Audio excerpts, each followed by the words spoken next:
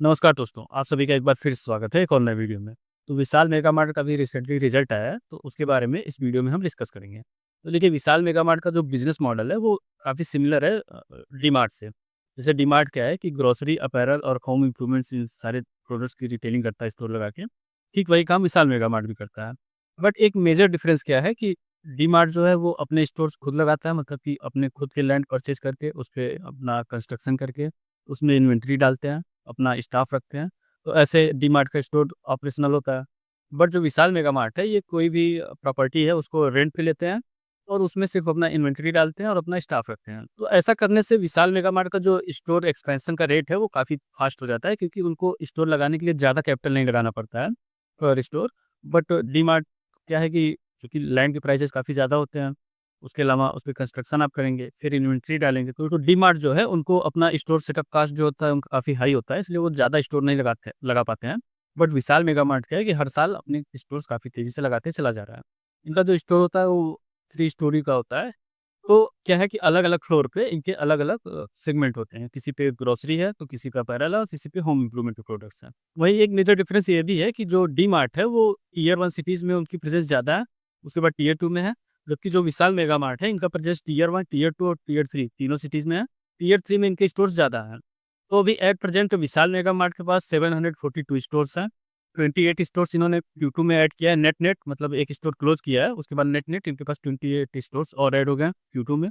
और इस पूरे H1 में, मतलब कि Q1 और Q2 मिला के इन्होंने 51 स्टोर्स नेट-नेट ऐड किए हुए हैं। इसके अलावा इनका क्विक कॉमर्स पे भी फ़ोकस है, यानी कि जो इनके 742 स्टोर्स हैं, उसमें से 695 स्टोर्स ऐसे हैं जहाँ पे क्विक कॉमर्स की फैसिलिटीज़ अवेलेबल है।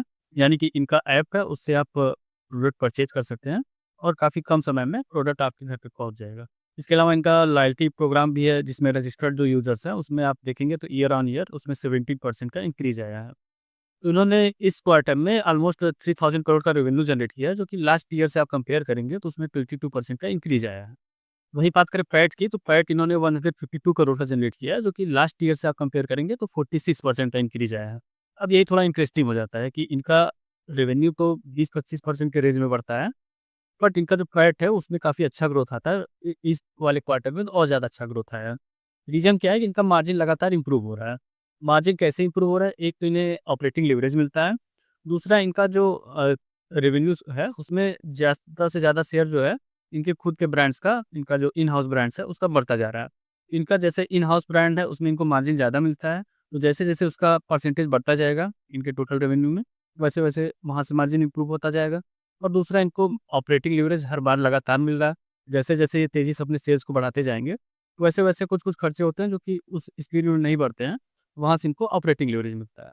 तो यही वजह है कि इनको हर बार जो है इनका मार्जिन इम्प्रूव होता है और जितना भी इनका रेवेन्यू जिस स्पीड से बढ़ता है, उससे कहीं ज़्यादा स्पीड से इनका पैट बढ़ता है।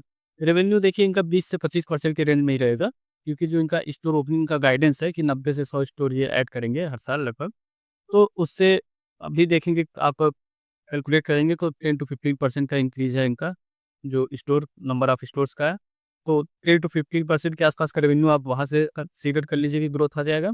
10% के आसपास, 10 टू 12% के आसपास सेम स्टोर सेल्स ग्रोथ रहता है। तो दोनों मिला के 20 से 25-30% के रेंज में इनका रेवेन्यू का ग्रोथ रहेगा। बट मार्जिन में इनके लगातार इंप्रूवमेंट हो रहा है।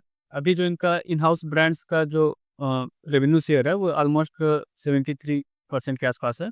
तो जैसे-जैसे ये परसेंटेज आगे बढ़ता चला जाएगा, वैसे-वैसे यहाँ से मार्जिन में इम्प्रूवमेंट होगा और ऑपरेटिंग लेवरेज तो इन्हें हर बार मिलेगा ही। ये जो ऑर्गेनाइज़्ड रिटेलर हैं, इनके लिए स्कोप आगे भी काफ़ी ज़्यादा है। ये अनऑर्गेनाइज़्ड जो प्लेयर्स हैं, उनसे मार्केट शेयर छीनते जाएँगे और अनलाइक डी-मार्ट, ये विशाल मेगा मार्ट जो है, ये अपना रेंटेड स्पेस में अपने स्टोर्स खोलते हैं, जिससे ये काफ़ी तेज़ी से स्केल भी कर पा रहे हैं। तो बिज़नेस मॉडल इनका अच्छा है, बिज़नेस में स्ट्रेंथ काफ़ी अच्छा है। आप देख सकते हैं कि 60-70 करोड़ के आसपास का मार्केट कैप है, फिर भी ये हर क्वार्टर में अपना रिज़ल्ट जो लेके आ रहे हैं, काफ़ी अच्छा ग्रोथ लेके आ रहे हैं। तो ये जो वीडियो है, ये किसी तरीके से बाइंग या सेलिंग रिकमेंडेशन नहीं है। कोई भी इन्वेस्टमेंट रिलेटेड डिसीजन लेने से पहले आप अपने स्टॉक एडवाइज़र से कंसल्ट करेंगे। तो इस वीडियो में इतना ही। Thanks for watching.